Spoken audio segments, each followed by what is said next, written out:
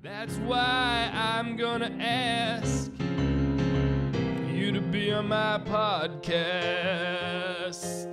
Be on my podcast.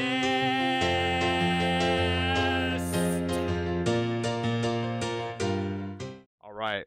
You're listening to It's Been a While podcast. My name is Xavier. And I'm the sidekick, David. Yeah, and we are joined by a very special guest, Matt Farley of Modern Media. Is that correct? I call it Motern Media, but Motern. it's just a made-up word, so you can pronounce it any way you want. Right. Word. Now, I got to say, you've played in our household quite a bit. There's 5 dudes that live here. We all have names. You got a lot of songs about As names. most people do. Yeah.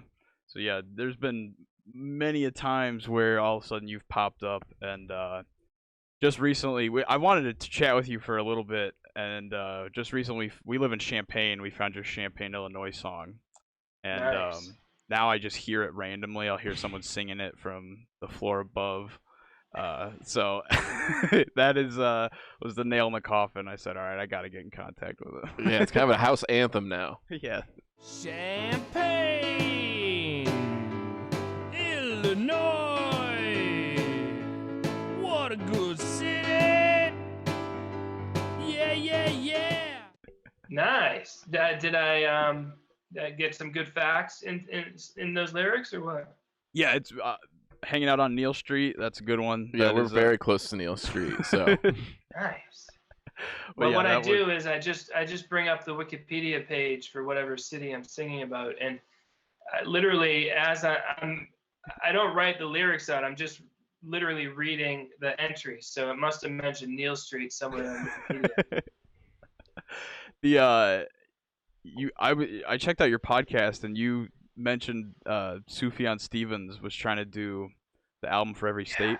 We literally said that same exact thing when we found your state albums. We're like, I he know. did And it. meanwhile, like everyone loves him, and everyone Yeah. hates me. It's not fair. Yeah, because you actually did it, and I thought that was hilarious that you had literally said the same exact thing we said about a week ago. And then also I want to say, I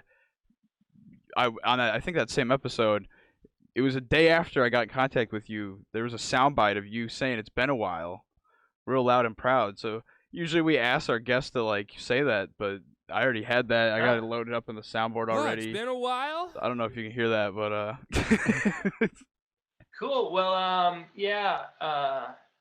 Well, I'm doing, like I said in the podcast, I'm doing 50 songs a week, and it doesn't leave a lot of time for other stuff, right. as you can imagine. Yeah.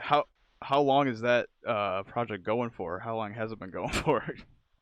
So this specific thing, I'm calling it the road to 24,000. I was at 21,000 songs, and rather than rest on my laurels, I said, I need to kick it into a higher gear and just go straight to 24,000 nonstop. So it's going to be until late January of next year. If I do 50 songs a week, I'll hit 24,000 by like January 28th of 2022. So, And then it's a bad idea. But the one thing I do is I announce my ideas so that if I start to backtrack, then I feel even more guilty because I know people are expecting me to do something, Right. Yeah, vague goals get vague results, so just speak it into existence. No, that's more than sidekick talk right there. That's first chair talk, man. So are you going for some sort of record? Do you know the record of like most songs by one individual? I don't know. I'm not specifically going for it. I'm just I just love doing this, and it's my full-time job, and I'd like to keep it that way. So a good way to do that is just to keep producing. But I don't know, like when I do like where I sing a different person's name over the same music. I mean, does that count as another song? So I'm sure if someone is really like breaking it down, they might poke holes in my claims, but I don't, who cares what they say? I'm just having a good time. Right. Yeah. No, it definitely Definitely seems like you are having a good time. Yeah, it's like, how many championships does Ric Flair have? Well, if you go by the official ones, 17. But he dropped it and picked it up a few more times, so. That's a great point. So that's over 70 aliases, right? Yeah. That is. Do you have a favorite alter ego there?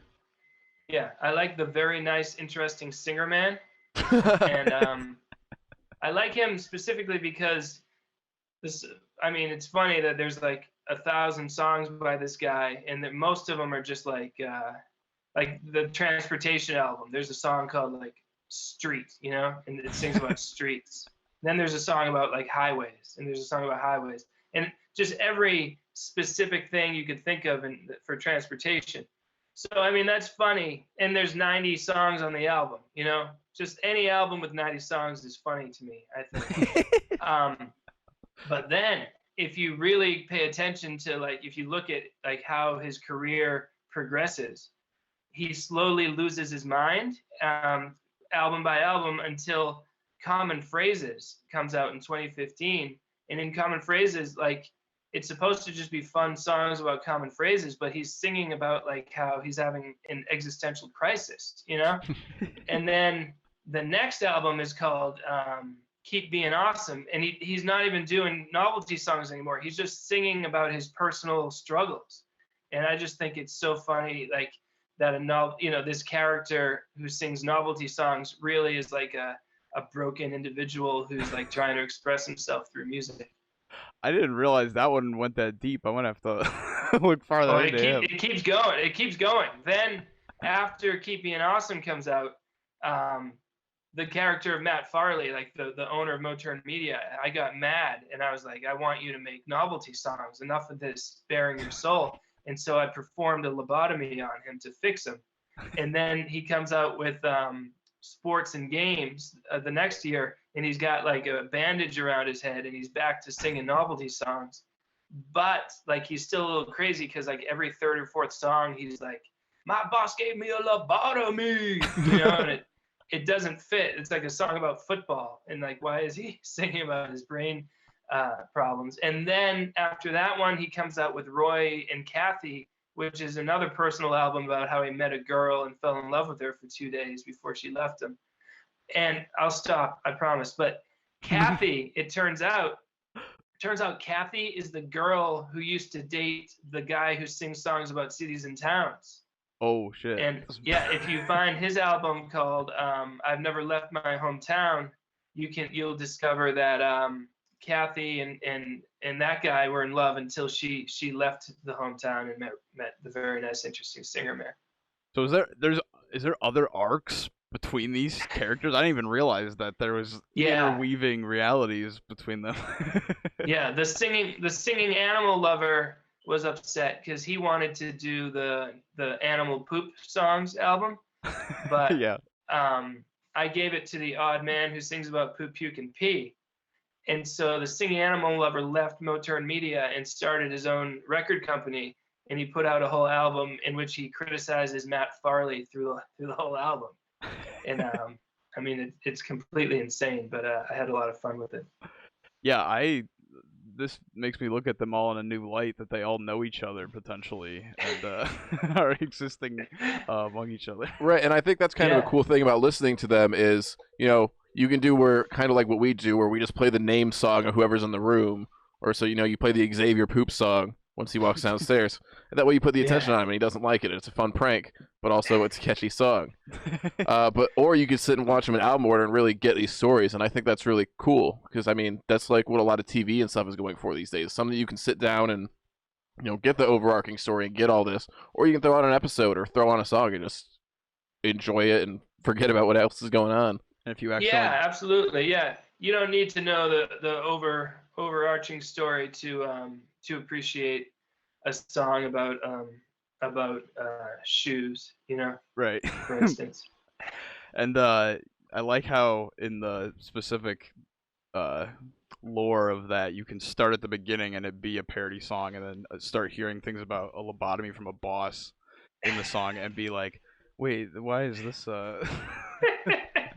It makes sense if you can devote the hours to all 1,000 songs by the very nice, interesting singer man. It all comes together. So what sparked specifically like this? Like not necessarily, your origin of music. I like to hear that too, but this project specifically. All the songs, you mean? Yeah, just like the yeah. seeing, Yeah. like Yeah. how many songs could be put out. So I was in a band, just a duo called Moe's Haven, and it was just me and my friend Tom Scalzo from we went to college together. And by senior year in college, like our senior year, we made 4 albums, and each album was 90 minutes long, and it was so much fun, and we just loved it. And we came to the realization that the best way to be, for us at least, the best way to be creative is just to keep on writing and to never question any thought that goes through our brain. Like any idea that comes out, we're writing the song. And it worked in that we wrote lots of funny, weird songs, also a bunch of like pretty good, straightforward songs. And so we graduated in 2000, and after that, we both had day jobs, but we lived close enough that we could get together every few weekends and just keep doing it, And then we were able to release albums. Like in 2004, you could start putting, like indie artists could just put their music on iTunes, and we did that, and nobody was buying it. I mean, absolutely nobody. And then and the band started. We started when he moved to New York. A few years later, and the band kind of started to wind down. But I was looking, and I was like, hey, we made 65 cents this month. This is crazy. Wow. And then like, oh, we made $2 this month. And I'd look, and it wouldn't be the beautiful, heartfelt love songs. It would be a song called Shut Up Your Monkey, which is about a loud monkey, or I Love Hugh Grant, which is just a song about how much we love Hugh Grant. And a little light bulb went off in my head, and I was like, people on iTunes are just typing in weird words and seeing what comes up. And it, like, maybe I could write a song that earns me $2 or $3 a year. I know how to do that. Like, I already knew how to do it because Tom and I had written thousands of songs already. So I was like, I know how to do that. Like, I'll just do it for the next 13 years, and and then it'll all come together when I get to be a guest on It's Been a While. There you go. Yeah. Yeah. So you are making enough, because I didn't know if you were making it from like Spotify or what, but like, because like on YouTube it seems like it's like auto generated from Spotify potentially.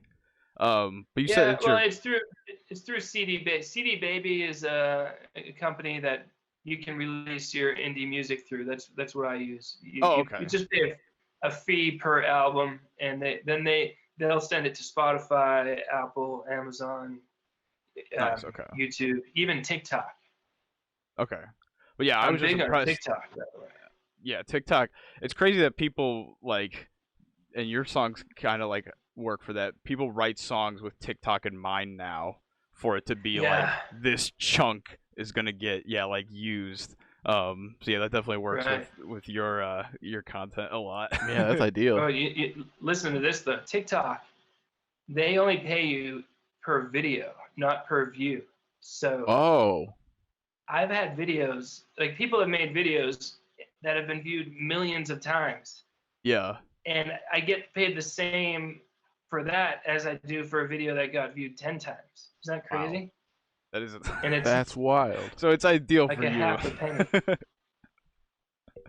So yeah, I mean that's not perfect though, because if it goes viral, then you're not profiting really the way you should. Yeah. No, but also any song that gets big on TikTok, you see it ends up getting bigger for me on Spotify and all the other things. So ultimately, it's worth it, Right. Just it's basically a free advertisement. I'd accept a little more, but you got to do what you got to do. Right. But yeah, that I'm just impressed that it is actually like making you money. That's awesome. That was one of my questions on whether it worked out. That is the dream. Yeah. Yeah. So It's been 4 years now, a little more than 4 years that I've been just living off music, and it's beautiful. Awesome. And then, so most of those projects, it seems like, are solo, right? But it seems like you have at least some sort of like music crew or a few bands you run with, right? Yeah. All the songs that make money are me by myself, and then all the songs that like I'm most proud of, are songs that I do with that guy Tom I mentioned, and then two other guys I went to high school with, Pete and Frog or what I call them at least. And one thing we do is, it's kind of dumb. We change our names all the time. So like we call ourselves Moe's Haven is the original one. Then Projection from the Side is another one. The Big Heist, the Finkelstanks, Brennan McFarley. Anyway, those 5 bands are basically all the same band. And we're good. I'm telling you, we're actually good. And no one listens. And then I write like the Bobby Poop song, and it makes me like $500. So, sorry. I was gonna say, yeah, like I've heard, songs of yours that are, very serious beyond, Bobby Poop. Yeah. So yeah, you definitely have range to you. There's comedy with it, and then there's also real music going into it. I mean, even when I'm being serious, I slip in a few jokes, but it's clearly not Bobby Poop, Yeah. And so it would be nice to be respected as a songwriter, but in the meantime, Bobby Poop. it's better than working. So, what's the inspiration behind changing the name all the time? Because we actually had another guest on, Shoe Nice, and one of the biggest pieces of advice he gave us is never change your name. Never change your name. Make sure people can find you. Yeah, I agree. Very bad idea on my part. Yeah, well, I mean, I just wanted to keep it like I was doing a lot of sports songs too early on, where I'd do like songs about athletes in a certain city, and I thought if people were like, wait, the guy just was saying the Yankees are good, and now he's saying the Yankees are bad, it's like so I was and then it's also just funny when you're on Spotify and you click like related artists, and it's all my face, like Yeah. I like to imagine that moment when someone is like, oh my God, it's all the same guys. So in the long run, it's a good move for me because I've created this gigantic world. But if you're not releasing 21,000 songs, I agree. You just have one act. Yeah. So, yeah, I don't want to ask too much about money, but the royalty checks, do you get separate royalty checks for each identity, or does it all go to one umbrella? Yeah, do you have the most fun taxes in the world? No, it all goes to CD Baby, and then they just send it on to me. So Very cool. It's pretty clean and easy. Okay, nice. God, yeah, that is that would be a nightmare. But I also found on your website, which I'll put all your links like in the description of this, there's a search engine specifically for your songs. That blew me away that there's actual Yeah. spot I that didn't just- even do it. It was a guy named Mike from Florida, and he's a computer programmer, and he discovered my stuff, and he spends a lot of time just at the computer, and so he decided I'll just listen to Matt Farley songs whenever I'm working, and he's like keeping track. Anytime he notices like a slight difference in one song, he'll like take notes. So he's got all these notes on he'll tell me when he can hear the chair squeaking in songs. He's like, you need to get a quieter chair because I'm hearing it all the time, But yeah, he made that search thing, and I use it. I use that too a lot because I can't keep track either. Yeah, make sure you didn't already do something. Yeah. The okay, what's next? I was gonna ask, so what's the process for adding names? So if there's like a name and someone's like, fuck, my name's not Matt didn't make a song for my name, is there a way people should contact you, or are you just kind of getting to them as you can get to them? Yeah, well, I'm pretty much done the guy who sings your name over and over again. That guy's retired, Gotcha. but the name poop songs are still going strong. And as people send people through Twitter or email or my phone number, which I freely give out, people give me names. So I have hundreds of more names to get through. Do you have any that you want me to add to the list? Well, we have a roommate, Bryson, and there wasn't a name song for him, so that was just the one that came to mind. That's one of the only ones I found. Bryston. Yeah, that's the Bryston. only Bryston. Yeah, that's the only name that we haven't been able to find. Which, granted, is not a common name, but No. Yeah, Well, it's on the a- list now. I just put it on, and probably before the end of this year, since I'm doing 50 a week, I'll probably get to. Bryston is on the list right under Kaliko. Ooh. Yeah, no rush. That is that's awesome. But we'll keep an eye out for it for sure. So when do you tie a bow on them? I guess when is it time for them to retire? Is it just with the winds of change? Yeah, well, there's rules. Spotify keeps coming up. Well, not Spotify, but all the music sites. I think they have meetings about me, and they're like, "How can we stop? How can we stop this guy?" So they some of them have a rule. It's called flooding. So where if you use the same music track over and over again, they don't like that, and so I've stopped doing that. So that's specifically why the man, whatever, the guy who sings your name over and over is retired. Because I think if I tried to put out 100 songs on an album and it was all, Johnny, Johnny, Johnny, they'd say, all right, you're done. And, Man, so the man who sings your name over and over has been blackballed. I don't know for sure, but I don't I like these streaming sites, and I understand, I get it. They don't want their site just to be just full of garbage, misleading garbage stuff. So I wanna respect their wishes. Another rule they came up with is you can't have the name of a famous singer in your song title, which is something that I used to do a lot. I was like, wait, people type in Taylor Swift. There's a song about Taylor Swift. So, but luckily they've left all the old ones up. So, and when they made the rule, I had already written about every major recording artist of the past 100 years. So I'm in good shape there. Nice. Yeah, that's Papa Razzi, right? Well, no. Well, Papa Razzi does just regular famous people, which is still okay as long as they're not also recording artists. The passionate and objective Joker fan is the guy who used to sing about singers, but he's been retired since 2015, I think. Gotcha. Yeah, you mentioned the phone number in the song. I actually found the Papa Razzi and the Photogs self-titled song last night, and I gotta say I was crying laughing when you got to that point, and just it was like, people don't believe it's my real number. Here it is. Yeah. So has that 603-644-0048.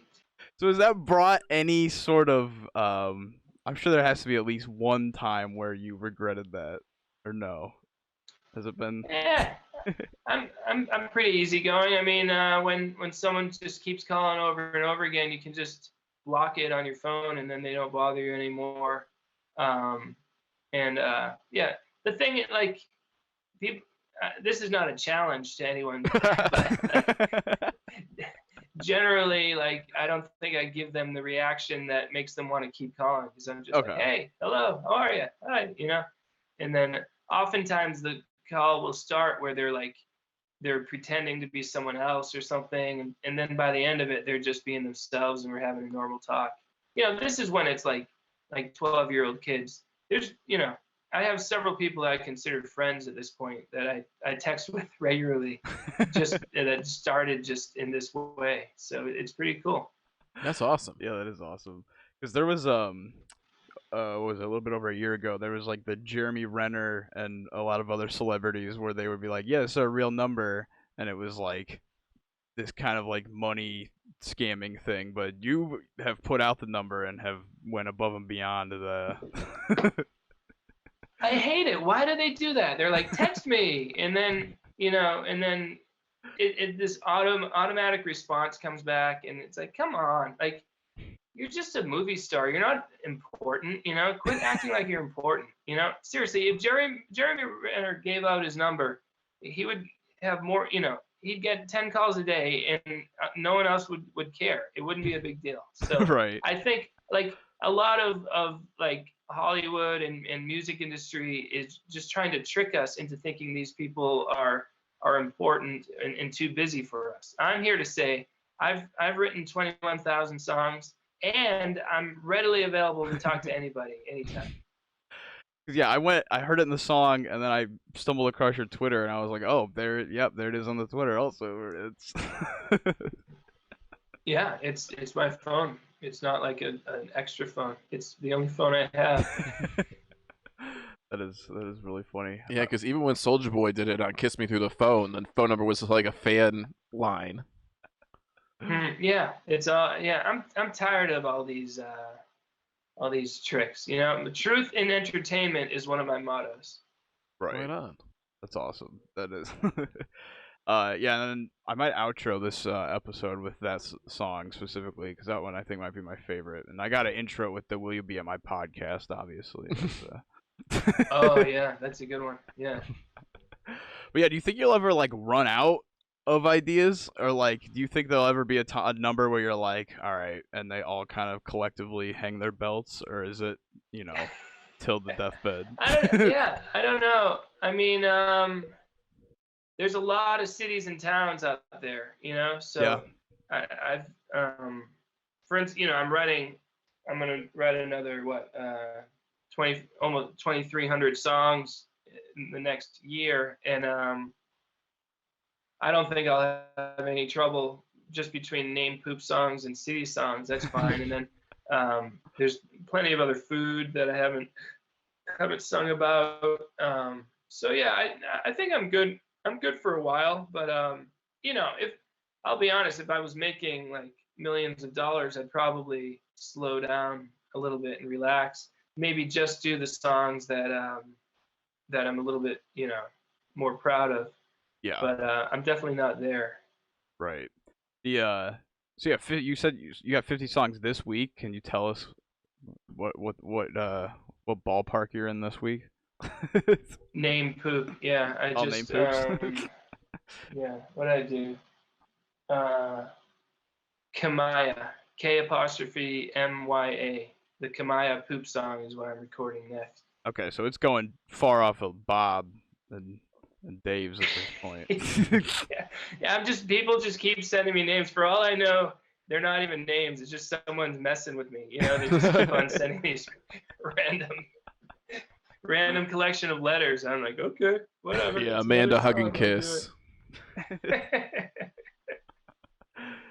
But also, one of those real bands, my buddy Pete and I, we call ourselves the Finkelsteins, and we just finished a great album. It's called Sweetheart Deal, just 14 songs, and we spent more than 2 minutes on each of them. Way more than 2 minutes on each of them.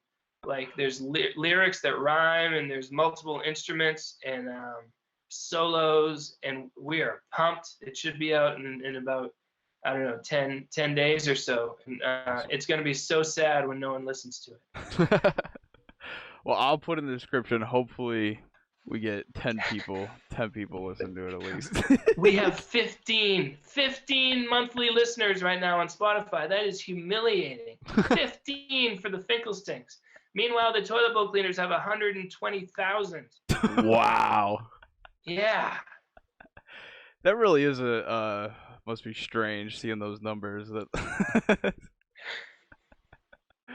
But yeah. Yeah. Hey, what are you gonna do? I mean, I like the Toilet Bowl Cleaners too, though. Like, I'm proud of. I think the trick for me is, it's harder than you think to write a good, fun, catchy poop song, and I luckily have that skill. Because most people are like, oh, I could do that, and it's like, no, I don't think you could.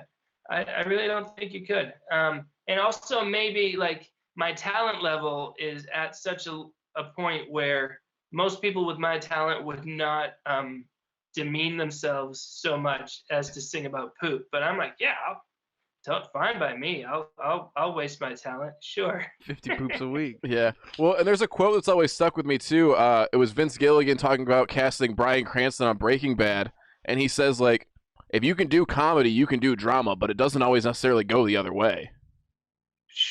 Yeah, and yet like there's so like people just will just totally forget about you if you do comedy. Like they pigeonhole you in a weird way. So it's like, well, you can't possibly do serious work because you're silly. And it's like, people have a range of emotions.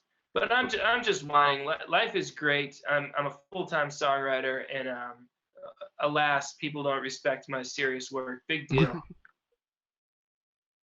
It's thrown on the same playlist with Bobby Poop. But yeah, this is it's just a wild endeavor. It's very impressive. And I am in not exactly the same situation, but I have an account on Instagram called Stuff in Toilets, and it started out as just like, oh, haha, I have like 4 or 5 pictures of something in a toilet, but now I'm like 2,500 in of different things in toilets, and I kind of remember what they are, and I've always described it as Sisyphus being bound to hell, like pushing the rock up, and I feel it's similar to that. Is like you can't stop now because you would let yourself down. You let at least some people down. Yeah. Yeah. Oh, that's great. I love it. Yeah. And it's a great reminder that everything is just silly, and like might as well give ourselves something to do. Like the time you're spending getting these pictures is time that you would have spent watching TV, and what's a better way to spend your time? Right. Yeah, it's not a complete. How's that doing? Do you have are you building a following?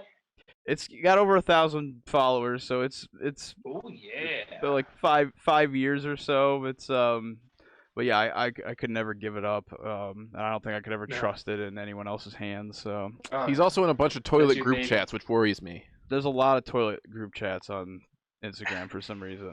There's a lot of people that just post normal toilets that don't have anything funny in them. And I wonder if I'm better or worse. You're better. But yeah, there was one line in that Papa Razzi song that you cannot write stuff like this, you gotta just record it. So like you said, like you just pull up the Wikipedia pages for like top 90 towns in Illinois and whatnot. Yeah. So do you ever make a list, or is it really just like go? I mean, it seems like you're collecting at least somewhat of a list for the poop songs now. But when it's like items, is it like, did you just do like streets, like railroads, highways? I'll go on Google and like just search like like modes of transportation or something, or oftentimes I'll just brainstorm with my wife, while we're watching TV. I'm like, I'm doing an album on clothing, and she'll be like, blouse, good, all right, I like that. So it depends on the thing, but in terms of writing down the lyrics ahead of time, I think you can usually tell. Like the toilet bowl cleaners, like a song like "Poop in My Fingernails." I wrote that down like poetry before I sang it. But the Gerald Poop song though is it hasn't been written yet, but when it is, I'm not writing that down ahead of time. Right, that's off the cuff. Did you grow up playing music, or is it when did you realize that you needed to make this impact in the world? Yeah, my parents. I started when I was in 3rd grade. I was just like fooling around with a little toy keyboard and having fun with it. So my parents got me piano lessons. I did it for 5 years from Mrs. Fabrizio. She was real nice, except she would just smoke through the whole lesson. It was the late 80s, early 90s. No one thought anything of it. She's blowing smoke in my face the whole time. And this was normal. But anyway, and then after that, I kept playing. I just really like any creative endeavor. So I liked recording music and then also making movies too with a camcorder and my friends, which I still do that too. Have you guys found any of my movies? Yes, I saw you had like 5 whole ass movies on YouTube, and I Yeah. definitely. What's your recommendation if you had to toot your own horn? Where should we start? I would say if you have Amazon Prime, you can watch Don't Let the River Beast Get You, and I think you'll enjoy that. It's free to stream if you have the Prime, and it's kind of the same vibe as the music in that the music's kind of homemade, you know, and like all the actors in the movie are just my friends and family, and none of us know how to act. So we write really complicated dialogue and just watch people struggle to deliver it, and it's delightful. Flail in the water in the river. Yeah, it's so great. Yeah, there's a good monster suit too. You're gonna love it. Yeah, because I did see that there was a couple of those, and I was like, oh shit, all right, we got multifaceted over here. Yeah, yeah. And then so your podcast, it seems like you kind of going through where you're at in your project, making some music with some buddies. Yeah, yeah. Like I started it just to give my wife a break because I would just talk at her about all the ideas I had, and she'd be like, "Oh yeah, yeah. Oh, that's interesting. Yeah. Okay." And then I was like, I gotta let it out, but I also need to shield her from the monotony. So I started a podcast where I just will be like, I'm gonna do this and I'm gonna do that, just ranting about my ideas. And you know, I get like 100. I've been steady at about 120 to 150 downloads per episode. It doesn't grow. Like it's been there for like 5 years. Damn. But you know, there's a very small community around the podcast, and it's cool. And a lot of them have been inspired to make music themselves. And when they do, I'll have them on the show, and we'll talk about their albums, and that's cool. Wow. And it's just fun. I mean, you guys clearly know about the joys of podcasting, huh? Yeah. The way I look at it is even if we don't ever make like real money off this, it's a fun time capsule of just like all these cool conversations with our friends and like about interesting stuff on the internet. And talking to cool people we never would have met otherwise. I think that's my favorite part of it. Like you get off an interview and you just have this adrenaline rush. Yes. Yeah. My heart's beating through my like chest. if right you now. said to me like, hey, will you just talk to me on Zoom? You know, and it wasn't on a podcast, I'd be like, leave me alone. You know, but you say for a podcast. I'm like, yeah, of course. Well, I guess with you, I'll I could probably just, talk to you on Zoom too. I guess with you, I can just call you though. Also, with yours. Yeah, this is more fun. Yeah. Yeah. I also saw on your website you had a produce our next movie section where I forgot the number you were looking for, but it was I thought that was Substantial. As a yeah, as a bold move, you know. But you know, who if that fish bites. I think it's 300,000. It's something around there. And I mean, in terms of like movie, I mean, a feature film, a 90-minute completely, you know, finished movie is going to cost, you know, millions. And here I am. I mean, I do it for just a few $1,000s. So whatever sucker ends up paying for this is really gonna be embarrassed. But it's like I just imagine like a rich like guy from the mob, like a rich mob guy who and his fiance has always wanted to be in a movie, and so like he's like, honey, I'm gonna put you in a movie, you know, and he pays us to make a movie and have her be the star, and you know. And then we end up getting in trouble with the mob or something. She'll fall in love with me, and it's gonna be a mess. But or a sultan. I don't know what a sultan is, but I imagine there's a sultan sitting around somewhere with tons of gold and money, and they're like, let's produce a movie, you know? Like, yeah. So that's what we're looking for. Yeah, But nice until sheik. then, I'm just a sheik. Yeah, all the sultans, sheiks, lords, dukes. All of them, they're just bored, you know, and maybe they don't want to spend 10 million to have a Hollywood movie made, but they just want their own movie. So I'm there for them. But it could, I mean, I put it up there mostly as a joke. I just can imagine the headaches already. Like when people are like, we'd really like you to do this. And I'd be like, I am a creative genius. You just give me the money and walk away. That's it. Your name will say producer. So until then, I'm continuing to just make my own movies. Metal Detector Maniac is about 85% done. And then we have several other scripts in the works. So look out, world. Awesome. Yeah. Oh yeah. I was gonna say I'm picturing like an Italian mob guy named Tony. And he's like, babe, it's the guy from the Tony Poop song. Gotta give him the money. We gotta fund the movie.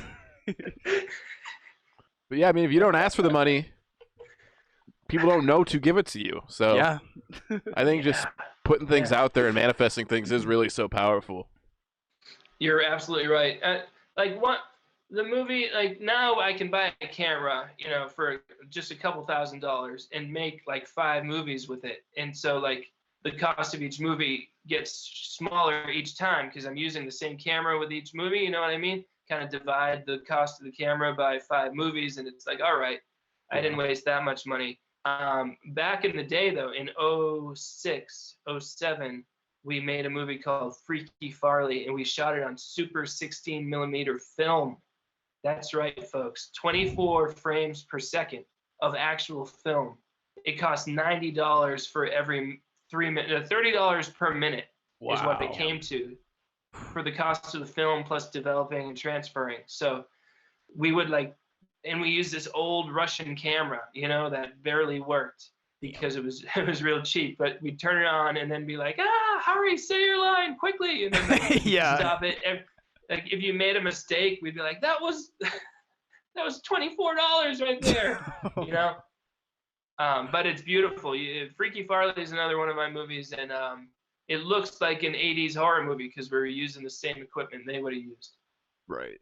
Yeah, I'm definitely gonna check those 2 out. That is that's some real dedication to literally every second counts. Yeah,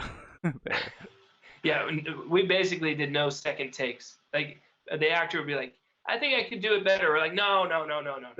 That was fine. $30? Don't worry about it. It's perfectly fine. Yeah, shooting digital really changes everything, and it kind of raises the standard of like where you need to be at for things to be acceptable, because there's still like a kitsch, like camp vibe off doing it with the old school stuff. But I mean, you can just really get exactly what you want and nail it down with digital. Yeah. Now, one problem though with that is because it's free to do more takes, you just end up doing take after take after take, and then suddenly the day is over and you did like a quarter of what you were hoping to do. And I've seen many people's projects just not get finished because of that, because they just get swamped on getting like this one scene perfect. And so I bring that film attitude to the digital world where, yeah, we could do another take, but I don't, we have to be somewhere else in 4 hours to film another scene. So time management is so underrated. Yeah, it's up. You're considered like an uptight loser who only, who's always checking the clock and trying to get things done.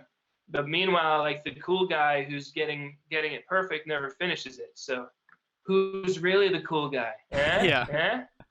I think that fear of kind of like being under the knife and like be like, all right, here, you got the one chance. Here's the fear stricken into you. I think that can definitely add to the acting also. Yeah, you're right. Like the fear is just emanating from the people. That's fun to watch. Now, another thing I saw, it looked like you were on Jimmy Fallon, but this clip appears to be, I mean, I didn't look super hard, but it appears to be mysteriously unavailable. Did you do something? Do something bad? Did you say Jimmy pooped too many times? No. You can find it on Vimeo. If you go to Vimeo and type in used to be a Pizza Hut Jimmy Fallon or whatever, you'll find it. They had it up for a while after the show aired, but they don't keep everything up like that. They just kind of let it up for a little while and then take it down. But yeah, you know, I was in my basement recording a song. I get a phone call, and you know, I'm like, this doesn't sound like a prank, and it's a woman saying that she's a producer on the Tonight Show. I'll just go with it, you know. She says, we want you to do your Pizza Hut song, and I'm not joking when I say that I didn't remember having done a Pizza Hut song. So I panicked, and I was like, I'll just play along. I'll just play along.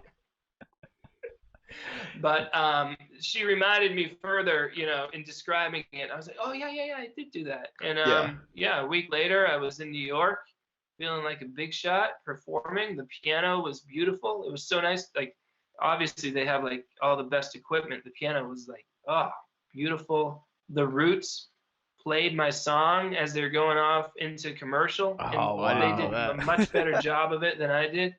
So it was great in every way. And like, I'm very cynical about like mainstream media and how like they never let just a normal person on TV. You have to like be signed by Universal or something. But in this particular case, it was very just, you know, grassroots. Like literally Jimmy heard the song on Spotify, this like accidentally, he told me. He just typed in Pizza Hut for a different reason, found my song and just said, hey, let's get this guy on the show. And that's so like refreshing to know that it can be that casual and like I couldn't even believe they just let me in the building, to tell you the truth. Yeah, you know? I mean that just proves your idea works with the just like if I write a song about Pizza Hut, even if I forget it, Jimmy Fallon might find it. Jimmy Fallon won't forget it. It used to be a Pizza Hut, it used to be a Pizza Hut, it's not a Pizza Hut anymore, but to me it still is, used to be a Pizza Hut. Yeah. That's awesome. That is obviously efficient. But yeah, I just couldn't find it. I'm gonna pop that. I'll find that after this. And then also you have some merch. And you have the Illinois merch, and we're definitely gonna have to get the Illinois Super Fun Song Yeah shirts. I thought I know. Normally, I don't normally do those albums, but someone texted me and was like, "I need an Illinois album shirt," so I designed it, and then like I sent the link, and then they were like, "Could you actually change it in a certain way?" So I think there's multiple choices, I'm pretty sure, for that shirt. Maybe I erased the other, but after a while I was like, all right, enough already. Just either buy the shirt or don't. I'm not your servant. Yeah, you're very kind. You're very saintly with some of your fan service. Well, I do have a voice in the inside that occasionally is saying, do you have any idea who I am? How dare you talk to me that way? I'm Papa I'm Matt Razzi. Farley. Yeah. But yeah, you're gonna be getting some Illinois shirt purchases. We'll have to pick out from the selection of them. Great. Yeah. I don't. You know, I think I've bought more of those shirts than anyone else has, but it's cool to know they're up there. Same with our merch, unfortunately. Yeah, which you can get down below. Yeah. Oh, nice. Yeah. That's what people. The beauty of it is, at least with this print on demand, that's so much better. Like, you know, I've been doing this long enough that I've had boxes of unsold merchandise in my basement for years before I got rid of it, and mostly it was just giving it away. I mean, I used to just leave CDs just on park benches and just random places for people just to find them, like good old guerrilla marketing techniques back in the day. Right. I definitely would pick up a CD on a bench. I'd probably expect something. I feel like you have. Yeah. I feel like I would inherently expect something sinister, but then when Bobby Poop comes on, it'd be like, all right. Yeah. That's what I figured. It's just kind of like a cool thing. Like, whoa, what is this? You know? Or no joke. I once, a few times, but specifically one time, I brought a CD into a record store, a CD store, and I'd put it in with the used CDs, and I felt like a criminal, and yet it was like the opposite of theft. I was giving them a product, but I was so frightened of being caught. Yeah, I wonder what they would have, like, you're the guy with the Bobby Poop CDs.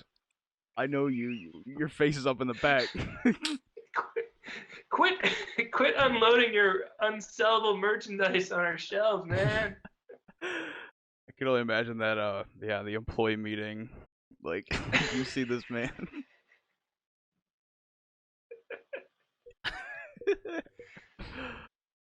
Yeah, I think I don't think so. Just, I'm excited for future stuff coming out.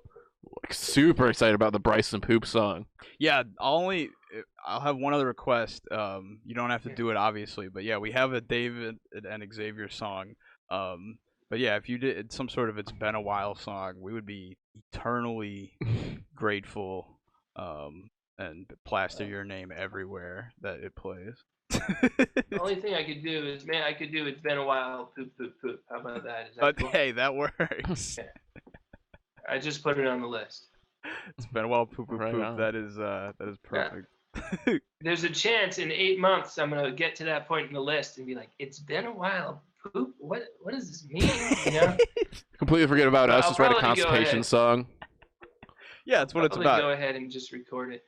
That's Also yeah, on the list is someone asked me to do "Your Mom," so that's on the list. Your mom, poop, poop, poop. Poop, poop, poop, poop. Yeah. But wow, thank you for coming on, Matt. That was very insightful. You will be playing around this house forever, and we appreciate your service to the internet.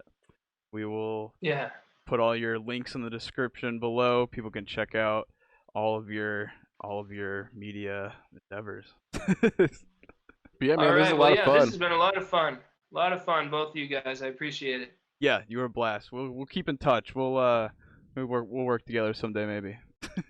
Sounds good. All right. Have a great day. Take Yeah, it man. easy, Have a good one. Peace out. Bye.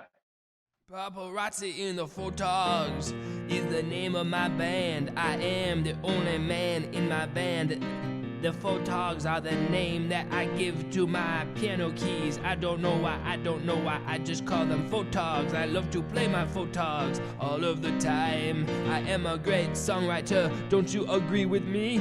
I write songs about famous people because famous people are the greatest people in the world. When I started out writing songs about famous people, I put a lot of thought and time into them. Like on my first album, it was called Dreamgirls. It took me 3 whole days to write and record that whole album.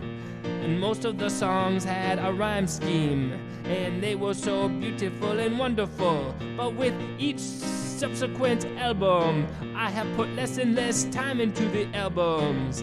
This album took me just a day and a half, and it has twice as many songs as the first album did. How about that? I am Papa Razzi. I am a great songwriter. I do not need to write my songs before I start recording them, because I make them up as I record them, and they are so perfect just the way they are. They can't be better. You cannot write stuff like this. You've got to just record it. I am a Papa Razzi, and I love to play my Photogs. People like to call me on the phone because I give out my number in my songs.